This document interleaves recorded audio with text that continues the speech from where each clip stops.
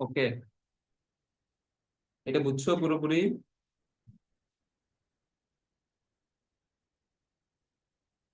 এটা বুঝছো?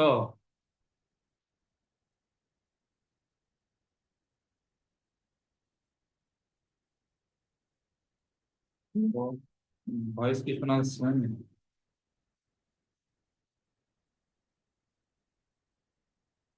এটা বুঝছো এটা? হ্যাঁ, বুঝছি।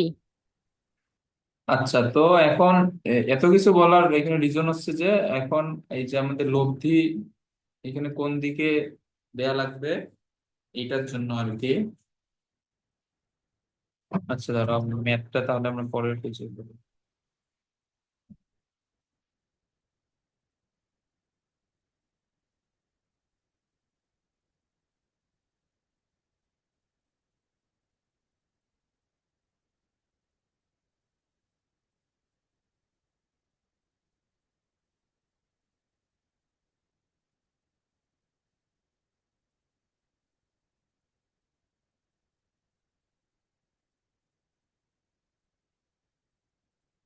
আচ্ছা,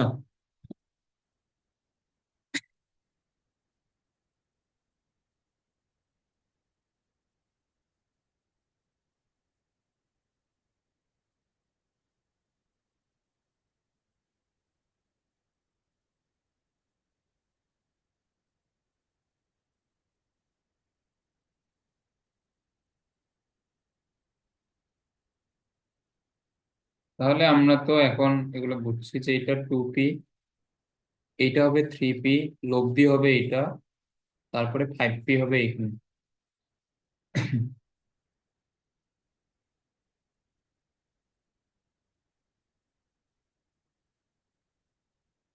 আচ্ছা, তাহলে 2p কে এই রেখাটা যে বিন্দুতে ছেদ করবে এটা হচ্ছে এ, 3p কে যে বিন্দুতে ছেদ করবে এটা হচ্ছে বি, এরপরে 9p কে যে বিন্দুতে ছেদ করবে এটা হচ্ছে ডি, এবং 5p কে যে বিন্দুতে ছেদ করবে এটা হচ্ছে সি। আর এখন আমরা এখানে একটা র্যান্ডম একটা বিন্দু এখানে ধরে নেই ও এম। তাহলে আমরা ও এম এই ডিরেকশনটা হচ্ছে আমাদের একটা নির্দিষ্ট দিকে। তাহলে লব্ধি বাদে বাকি বলগুলার ওই দিকে উপাংশের যোগফল হবে ওই দিক বরাবর লব্ধির উপাংশের সমান। আচ্ছা, আমরা তো এটা শিখলাম লম্বাংশ যে উপপাদ্য এটা থেকে। তাহলে আমরা এখান থেকে কি লিখতে পারবো? লম্বাংশ উপপাদ্য অনুযায়ী।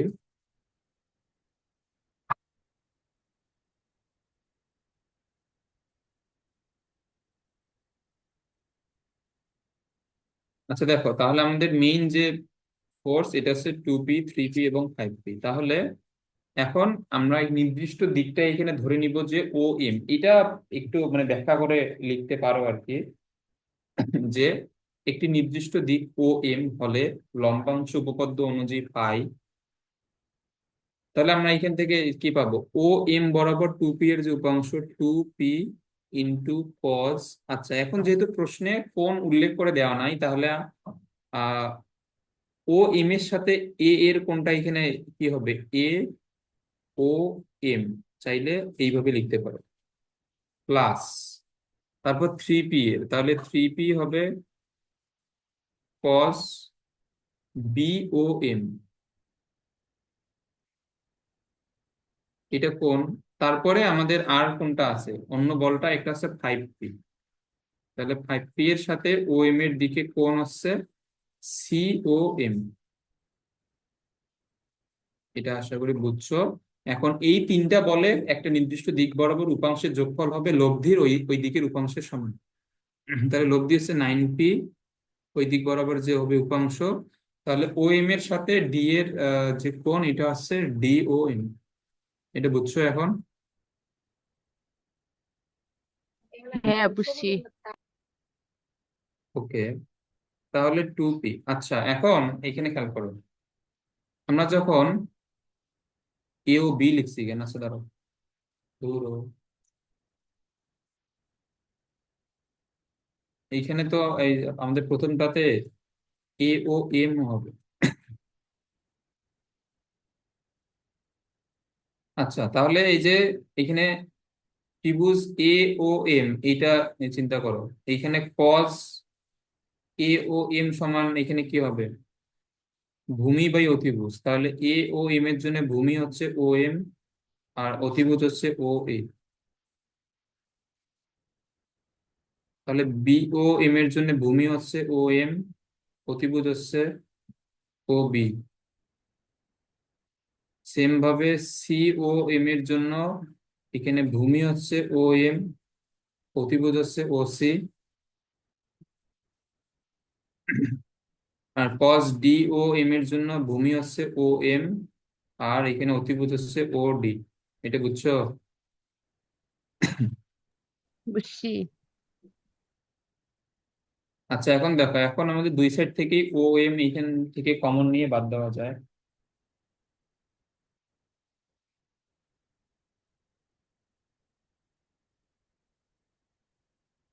এবং এই যে দেখো, এখানে ও এম আছে আমাদের এবং পি আছে, তাহলে পি ইন্টু ও এম আমরা যদি বাদ দিই তাহলে এখানে থাকবে 2 ডিভাইড বাই ও এ, এখানে থাকবে 3 ডিভাইড বাই ও বি, এখানে থাকবে 5 ডিভাইড বাই ও সি, এখানে থাকবে 9 ডিভাইড বাই ও ডি।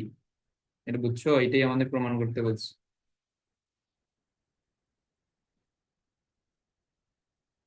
এটা ক্লিয়ার? হ্যাঁ।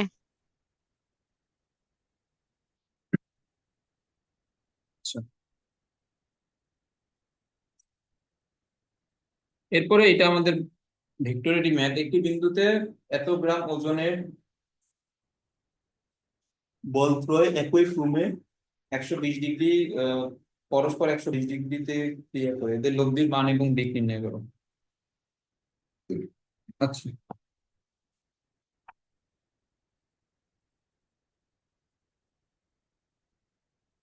তাহলে এখানে একটা বিন্দু। এখন এখান থেকে তিনটা বল যদি 120 ডিগ্রিতে ক্রিয়া করতে হয়, একটা হবে এইদিকে,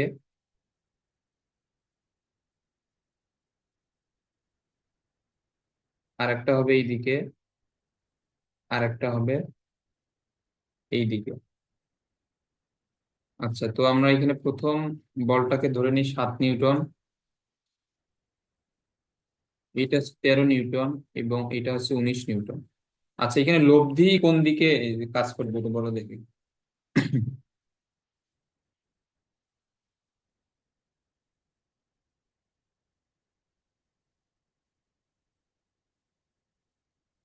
আমরা এখানে লব্ধি এখানে কোথায় রাখবো? এইখানে তো আমাদের তিনটা স্পেস আছে, তো মানে একটা 7 এবং 13-র মাঝামাঝি, অথবা 13 এবং 19-এর মাঝামাঝি, অথবা 7 এবং 19-এর মাঝামাঝি, লব্ধি কোথায় রাখবো?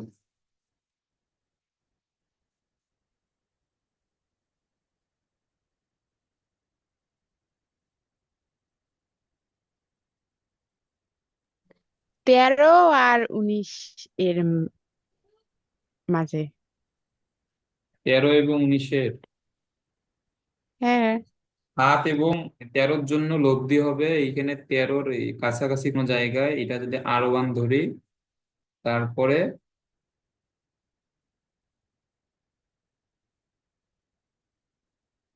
আচ্ছা দেখো, 13 এবং 7-এর যে লব্ধি এটা অবশ্যই 19 থেকে, কিন্তু এটা বড় হইতে পারে অথবা ছোট হইতে পারে।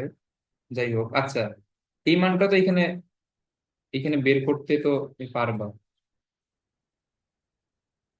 যে 120 হইলে, আচ্ছা, এই এই ডিরেকশনটা আমরা একটু এখানে ধরে নিই।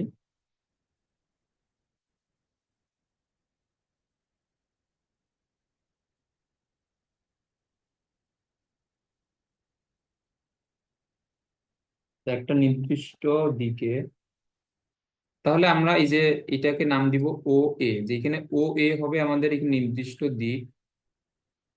তাহলে এখানে আমরা লব্ধিটা এখানে ধরে নিই 13 এবং 19-এর, কারণ R1 থাকবে আর থাকবে 19, তাহলে R1 এবং আহ, এর যেটা লব্ধি এটা 13 এবং 19-এর এখানে মাঝামাঝি কোনো একটা জায়গায় কাজ করবে। ওকে, আমরা তো এটা বুঝছি।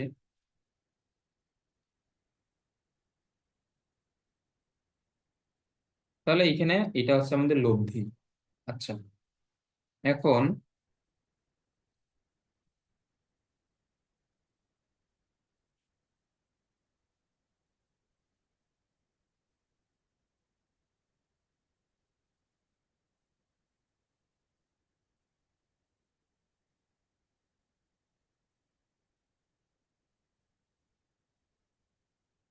আচ্ছা, এই যে এই লম্বাংশ আমরা কিন্তু শিখছিলাম নিউটনের বলবিদ্যায়। এই যে এই এখানে নিউটনের বলবিদ্যায় এই ম্যাথটা আমরা করছিলাম, অথবা ভেক্টরে করছিলাম, অনেক কিছু মনে নেই, কিন্তু এই টাইপের ম্যাথ আমরা করছিলাম যদি একাধিক বল থাকে।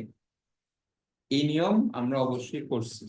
আচ্ছা, এখন এখানে খেয়াল করো, এই যে এই নির্দিষ্ট দিকের সাথে যদি আর এর কোণ এখানে আমরা থিটা এখানে ধরে নেই, তাহলে এখন, আচ্ছা, এটা হবে লম্বাংশ উপপাদ্য, কি উল্টাপাল্টা লিখছি, এখানে হবে লম্বাংশ উপপাদ্য অনুযায়ী।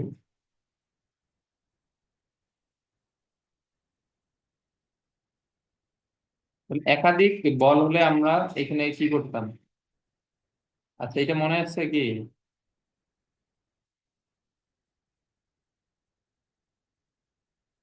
আমরা তো এই পড়ছিলাম এগুলো, যদি এখানে একাধিক বল থাকে,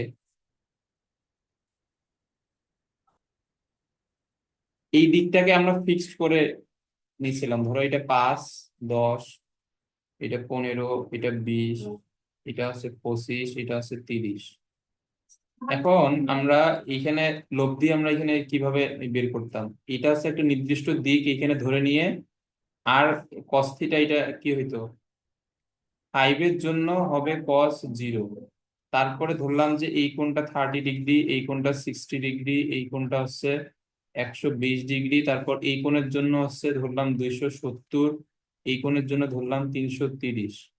এইখানে আমরা কি নিতাম, সবগুলা কোণ একই একই ডিরেকশন বরাবর হয়, সবগুলা কোণ ক্লকওয়াইজ অথবা সবগুলা কোণ এন্টি ক্লকওয়াইজ।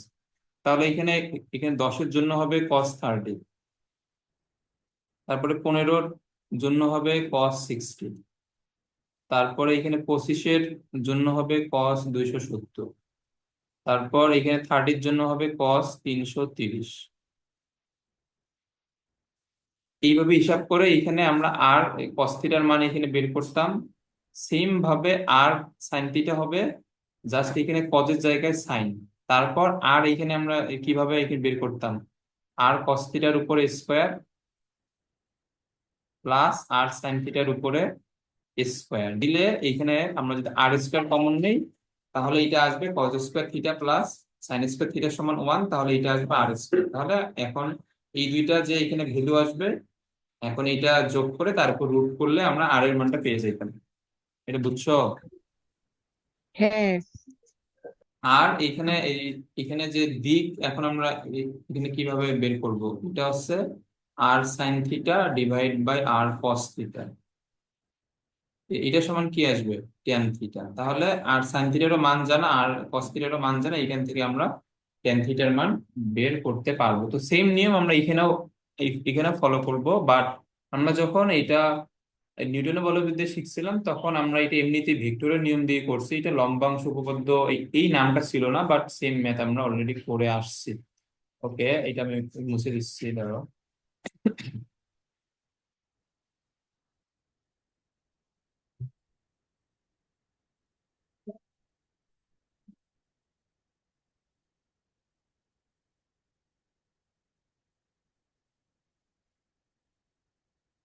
আচ্ছা, তাহলে এইখানে লম্বাংশ এটা অনুযায়ী হবে আর কস থিটা। এখন ও এ কে আমরা যদি একটু নির্দিষ্ট দিক ধরে নেই, তাহলে 7-এর জন্য এখানে কি হবে বলো তো?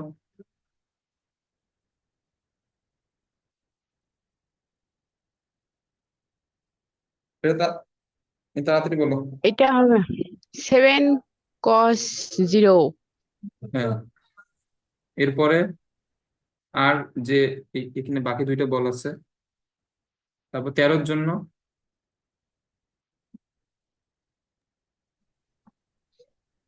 এই, cos হ্যাঁ বলো। 120। হ্যাঁ,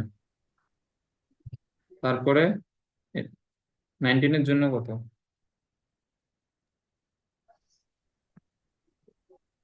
240। হুম,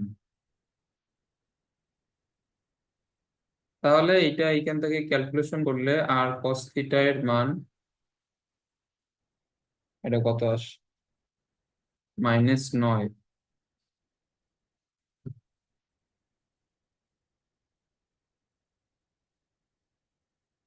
সেম ভাবে জাস্ট এইখানে কজের জায়গায় জাস্ট সাইন হবে।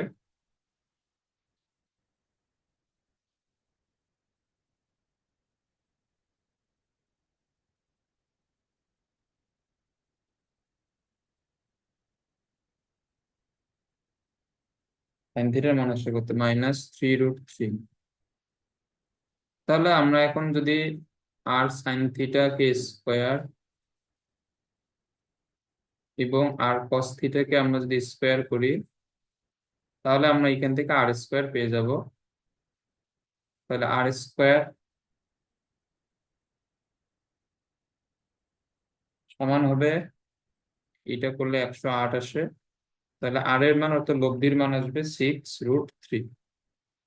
এখন এখানে যেহেতু আমাদের একক দেওয়া গ্রাম ওজন, তো এখন এখানে নিউটন গুলা লেখার দরকার নেই আর কি, এগুলা শুধু 7 আর 13ই লিখবা।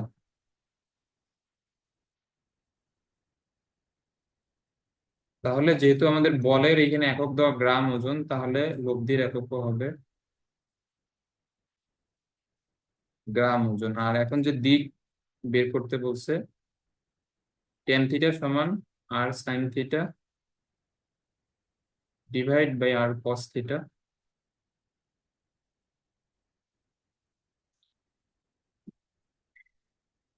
তাহলে 6√3, এখানে হচ্ছে -9। তাহলে এখানে টেন থিটা সমান,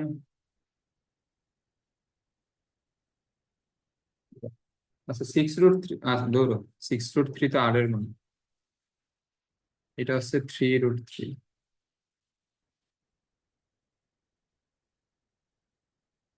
মাইনাস,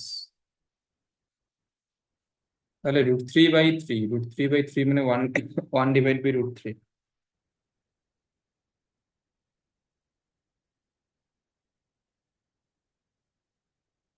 তাহলে 1 ডিভাইড বাই, এটা আসলে 1/√3। 30 ডিগ্রির মান হচ্ছে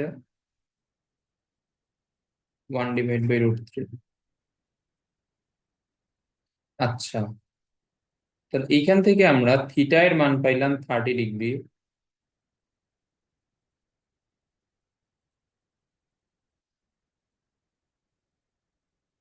এইখানে খেয়াল করো, এইখানে কিন্তু আমাদের এখানে থিটা কোনটা হচ্ছে এইটা, বাট আমরা যদি সবগুলা কোণ নিছি এন্টি ক্লকওয়াইজ, তাহলে এই যে এই দিকের সাথে এটা কত হবে।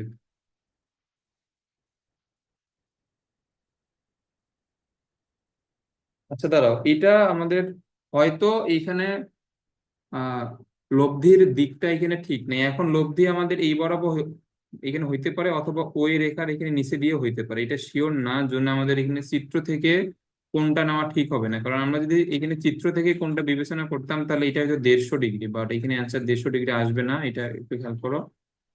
এইখানে যদি যে এমনিতে এই ত্রিকোণমিতির বেসিক নিয়মগুলো যদি মনে থাকে, tan 30, আচ্ছা দেখো, আমি এই কোণটাকে চেঞ্জ করব কিন্তু টেনই থাকবে, আমি এটা কিভাবে করতে পারবো বলো তো। এখন টেন রেখে এই কোণটাকে চেঞ্জ করে দেখি কত আসবে।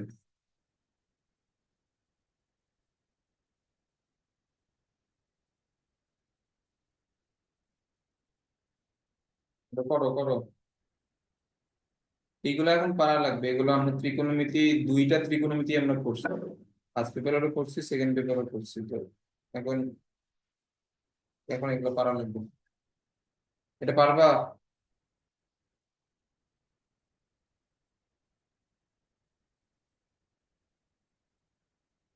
হুম,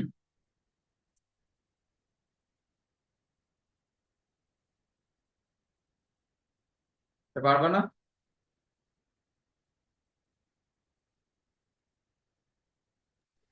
উম, না, বনে না। আচ্ছা, এটা হচ্ছে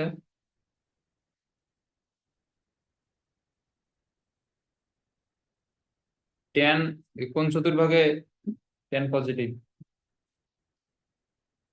তৃতীয়। হ্যাঁ, এটা হচ্ছে আমাদের এখানে তৃতীয় চতুর্ভাগে টেন পজিটিভ। ওকে, এখন আমাদের শর্ত হচ্ছে যে টেন কে টেনই রাখতে হবে। তো আমরা যদি ট্যান কে ট্যানই রাখতে চাই তাহলে আমাদের এখানে কত এর সাপেক্ষে এখানে কম্পেয়ার করা লাগবে? পাই/2 এর জোড় গুণিতকের সাথে। কারণ পাই/2 এর জোড় গুণিতক হইলে এখানে চেঞ্জ হবে না, ট্যান ট্যান থাকবে। আর 2 × পাই/2 মানে 180 ডিগ্রি। তো যেহেতু এখানে তৃতীয় চতুর্ভাগে ট্যান পজিটিভ, তাহলে আমি যদি এখানে 30 যোগ করি তাহলে এটা তৃতীয় চতুর্ভাগে আসে এবং এটা আমাদের tan 30 আলটিমেটলি থাকে, কারণ এখানে 2 × পাই/2 আছে, ট্যান চেঞ্জ হবে না, প্লাস সামথিং থাকার কারণে এটা এখানে তৃতীয় চতুর্ভাগে। এটা বুঝছো? হ্যাঁ, বুঝছি। তাহলে এখানে আছে 180 + 30 মানে 210। তাহলে এখানে আমাদের এই থিটার মান 210ও হইতে পারে অথবা 30 ডিগ্রিও হইতে পারে। তাহলে যদি থিটার মান 210 হয় তাহলে আমাদের লব্ধির যে ডিরেকশন, আর এর এক্সুয়াল ডিরেকশন হবে এই বরাবর, এই যে এই বরাবর। কারণ তখন এই কোণটা থিটা হবে 30 ডিগ্রি, আর পুরাটা 180 + 30 হবে 210। তাহলে আর এর এক্সুয়াল ডিরেকশন হচ্ছে এইটা। বাট তুমি এটা ম্যাথ করার আগে কিন্তু শিওর হইতে পারবা না যে 13 এবং 19-এর মধ্যবর্তী কোন একটা জায়গা দিয়ে হবে, এটা শিওর। বাট ওই যে এটা এই বরাবর হবে নাকি নিচ দিয়ে হবে এটা শিওর না। এটা আমরা এইখানে অ্যান্সার বের করার পরে এটা শিওর হবো। এই জন্য চিত্র আঁকবা, মানে চিত্র তো একটা অ্যাজাম্পশন করে আঁকবা যে লব্ধি কোন দিকে হবে, বাট লব্ধির এক্সুয়াল ডিরেকশন কিন্তু ওইভাবে মানে চিত্র দিয়ে বোঝা যায় না। এটা অবশ্যই ম্যাথ করে এখানে বের করবা। এখন এটা তুমি পরবর্তীতে সংশোধন করতে পারো যদি চিত্রটা পেন্সিল দিয়ে আঁকো, পরবর্তীতে এটা ঠিক করতে পারবে। বাট চিত্র একটা মোটামুটি আঁকলে এটা যে ভুল দিবে তা না। এখানে তুমি যদি আর এই দিক বরাবর দাও, মানে আমাদের এই যে আমরা এই প্রথমবার যে দিকে আঁকছি ওইটা কোনো ভুল হবে না আর কি। ম্যাথটা বুঝছো? বুঝছি। ওকে।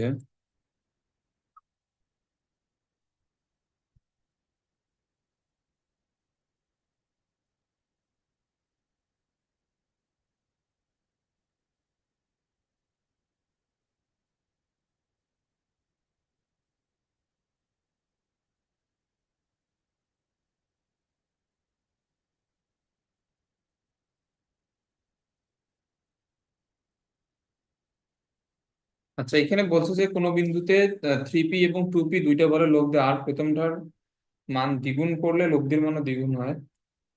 আচ্ছা,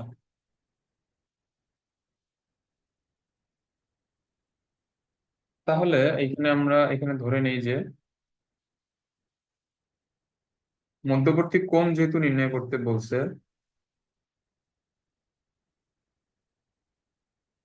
তাহলে বল দুইটার মধ্যবর্তী কোণ আমরা এখানে ধরে নেবো আলফা, অথবা তুমি যা ইচ্ছা তাই এখানে ধরে নিতে পারো। সেই ক্ষেত্রে আমাদের প্রথম ক্ষেত্রে এটা কি হবে? প্রথম ক্ষেত্রে লব্ধি r² সমান হবে 3p² 2p²,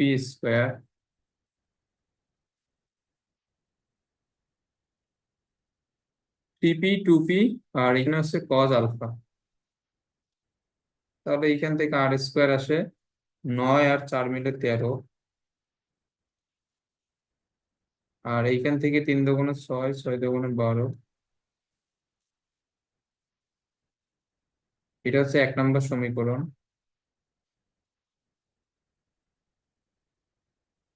এবং এইখানে এখানে দ্বিতীয় ক্ষেত্রে বলছে যদি প্রথম বলটাকে দ্বিগুণ করি তাহলে এখানে 3p এর জায়গায় হবে 6p, এবং এই সেকেন্ড বলটা কিন্তু এখানে কোনো চেঞ্জ করা হয় নাই,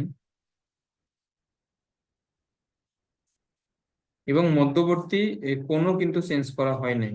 তাহলে লব্ধি হবে দ্বিগুণ, আগে ছিল আর, এখন হচ্ছে 2r তার উপর স্কোয়ার। এটা বুঝছো? হ্যাঁ, বুঝছি। তাহলে তাহলে এটা হচ্ছে 4r² 36, আর 4 মিলে 40, 6 × 2 = 12, 12 × 2 = 24, p² cos আলফা। আচ্ছা, এখন এখানে খেয়াল করো, আমরা যদি এখানে এক নম্বরে যেটা আর স্কোয়ারের মান আমরা যদি এটা 2 নম্বরে বসাই দেই, তাহলে এটা হবে 4 ইন্টু এই যে এটা, তাহলে 4 × 13 = 52, P square, 4 × 12 = 48, P square cos alpha.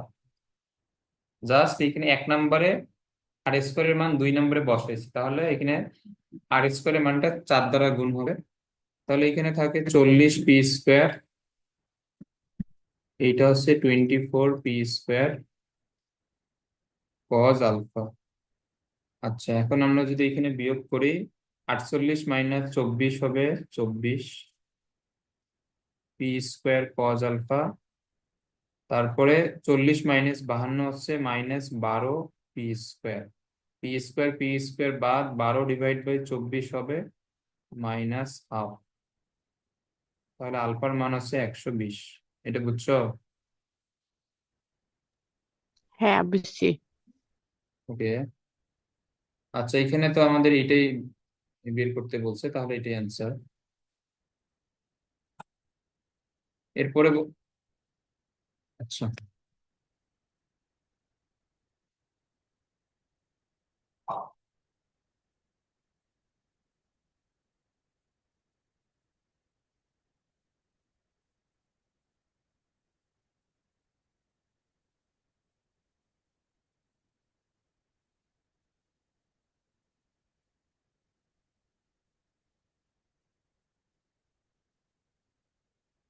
তাহলে এখানে আমরা ধরে নেব মধ্যবর্তী কোণ আলফা, এবং এখানে যেহেতু লব্ধির এখানে দিকের কথা বলছে,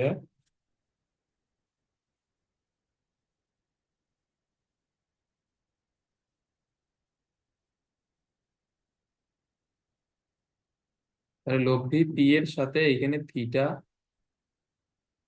কোণ উৎপন্ন করে। তাহলে আমরা এখান থেকে কি লিখতে পারবো? টেন থিটা, এখানে যার সাথে কোণ এটা হবে পি, তাহলে আর একটা হবে 2p কজ আলফা, এটা হবে 2p সাইন আলফা। এটা হচ্ছে আমাদের প্রথম সমীকরণ।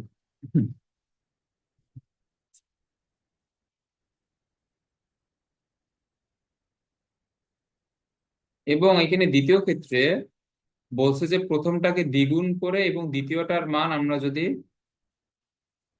8 একক বৃদ্ধি করি, তাহলে এখানে আমাদের দ্বিতীয় বলটা ছিল 2p, তাহলে 2p এর মান 8 একক বৃদ্ধি করলে হবে 2p + 8 সাইন আলফা। আর এখানে প্রথমটাকে দ্বিগুণ করলে পি থেকে হবে 2p, এবং দ্বিতীয় বলটা হবে 2p + 8 কজ আলফা। এবং বলছে যে লব্ধির দিক অপরিবর্তিত থাকে, তাহলে এখানে লব্ধির দিক অর্থাৎ ট্যান থিটাই থাকবে। এটা বুঝছো? হ্যাঁ, বুঝছি। ওকে, তাহলে এইটাও ট্যান থিটা, এইটাও ট্যান থিটা, তাহলে আমরা এখান থেকে দুইটাকে সমান লিখতে পারবো।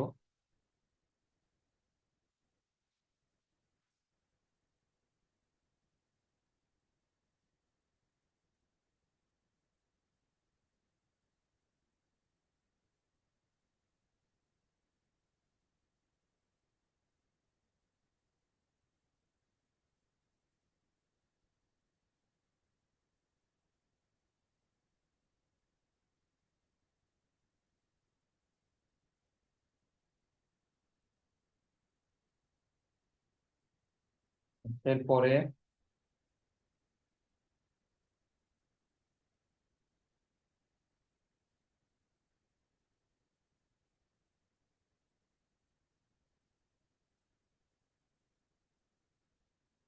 সাইন আলফা, তাহলে আমরা কজ আলফা গুলোকে একসাথে লিখি। আর আচ্ছা, তাহলে এখানে এই দুটোকে আমরা যদি এখানে এক্সচেঞ্জ করি, তাহলে এখানে 2p + 8 কজ আলফা আসবে উপরে, নিচে থাকবে p + 2p কজ আলফা, আর এইখানে থাকবে উপরে 2p + 8 সাইন আলফা, নিচে থাকবে 2p সাইন আলফা। এটা আশা করি বুঝছো।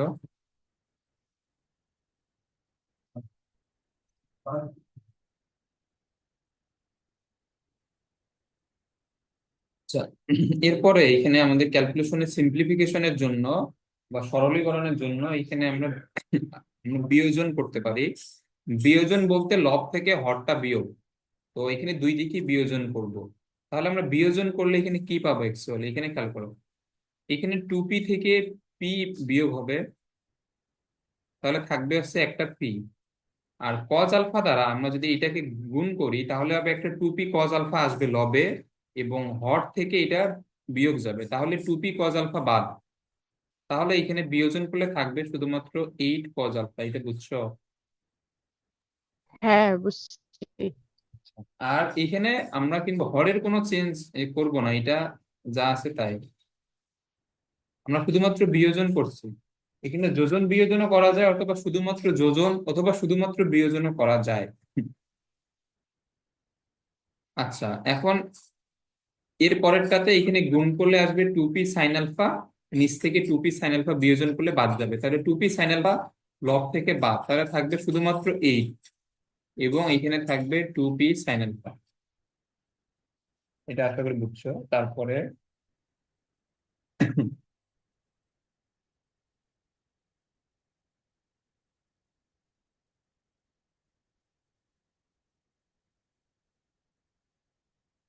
আচ্ছা, না সরি, এখানে এইট থাকবে না। এখানে সাইন আলফা দ্বারা গুণ করলে তো একটা সাইন আলফা তো আসবে, মানে two P sine alpha plus eight sine alpha হবে, সেইখান থেকে টু পি সাইন আলফা বাদ যাবে। তাহলে আমরা এখান থেকে এর পরবর্তী লাইনে কি লিখতে পারি?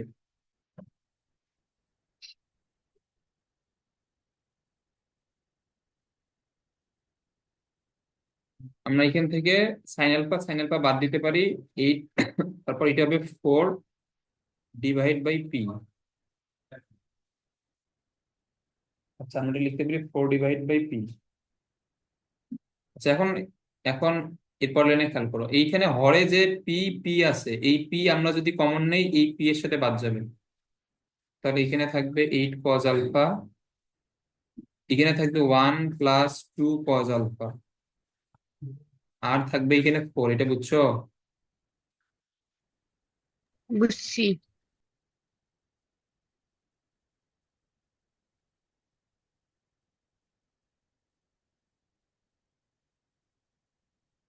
তাহলে এইট কজ আলফা বাদ, তাহলে পি সমান হচ্ছে ফোর। ওকে, এটা হচ্ছে অ্যান্সার। এগুলাই কিন্তু এগুলাই কিন্তু পরীক্ষা আসবে।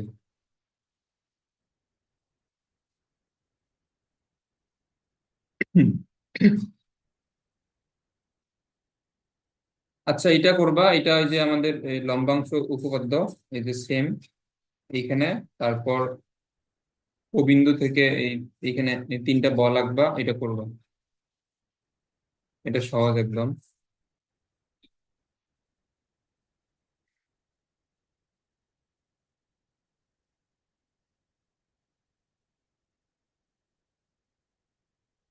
আচ্ছা, তো এই ক্লাসের আর 5 মিনিট আছে, এরপরে আরো একটা লিঙ্ক দিব এখন, ওইটাতে আমরা অল্প কয়েকটা ম্যাথ করে আজকে শেষ করব।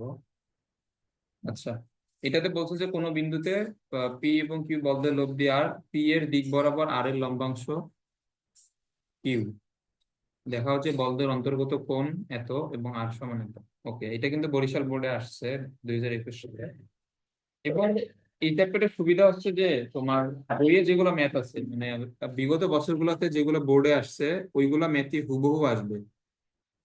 কারণ এই চ্যাপ্টার হচ্ছে আমাদের প্রমাণ। তো এইখানে জাস্ট দেখা যাবে যে পি কিউ এর জায়গায় হয়তো এক্স ওয়াই অথবা এম এন অথবা এ বি দিয়ে দিছে, এতটুকু চেঞ্জ করবে, আর তাছাড়া কিছুই চেঞ্জ করবে না, প্রমাণ হুবহু আসবে এই চ্যাপ্টার থেকে। তো যেগুলো বোর্ডে আসছে এগুলো অবশ্যই করতে হবে। আর বোর্ডের বাইরের গুলা ওইভাবে করার দরকার নাই, কারণ অনেক বড় বড় প্রমাণ আছে যেগুলো বোর্ডের বাইরের, ওইগুলো আসবে না। এটা তুমি বোর্ড প্রশ্নগুলো দেখলেই বুঝবা যে একই প্রমাণ বারবার বিভিন্ন বোর্ডে আসতেছে।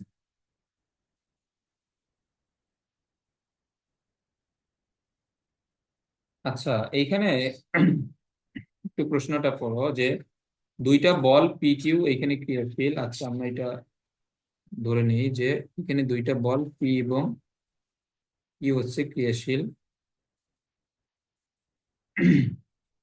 তাহলে এদের লব্ধি হচ্ছে আর, এদের লব্ধি হচ্ছে আর। আচ্ছা, পি এর দিক বরাবর আর এর লম্বাংশ হচ্ছে কিউ। এদের তো মধ্যবর্তী কোণ এখানে দেয়া নাই, তো আমরা এখানে মধ্যবর্তী কোণ আলফা, আর একটা হচ্ছে, সরি, মধ্যবর্তী কোণ তো লিখলাম থিটা। তাহলে এখানে মধ্যবর্তী কোণ আলফা এবং লব্ধির দিক থিটা আমরা ধরে নেই। লব্ধির দিক হচ্ছে থিটা, তাহলে এই পুরো কোণটা হবে আলফা, এটা হচ্ছে থিটা।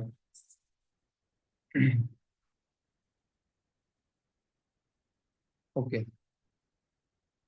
আচ্ছা, একটা জিনিস এটা বল যে পি বরাবর আর এর যে এখানে এটা হবে উপাংশ, এটা কি হবে? পি বরাবর আর এর উপাংশ এটা কি হবে বলো? আর কস থিটা। হ্যাঁ। আচ্ছা, পি বরাবর আর এর উপাংশ, এইটাকে আমাদের প্রশ্নে কি বলছে? পি বরাবর আর এর যে উপাংশ এটা হচ্ছে কিউ, তাহলে কিউ সমান কি হবে? আর কস থিটা। এগুলো তো সহজ জিনিস। আচ্ছা, এখন আমরা যদি এখানে ও দেই,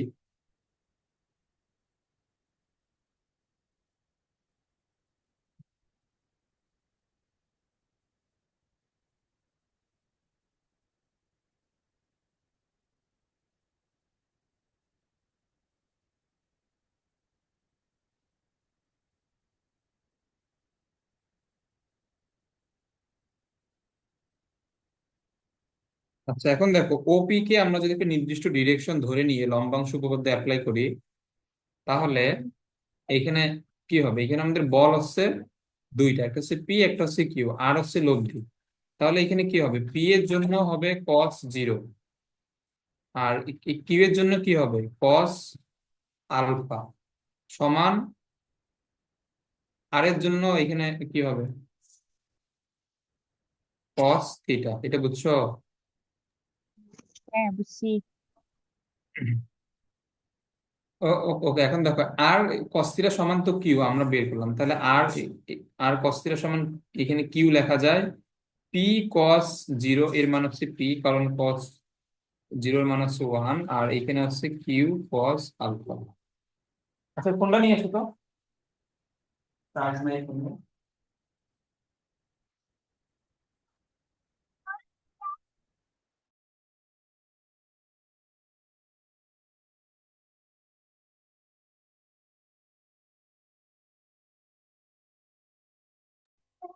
ওকে, তো এরপরে Q plus Q is equal to এটা হলো, আমরা এটাকে 1 নম্বর সমীকরণ আপাতত নিয়ে নেই।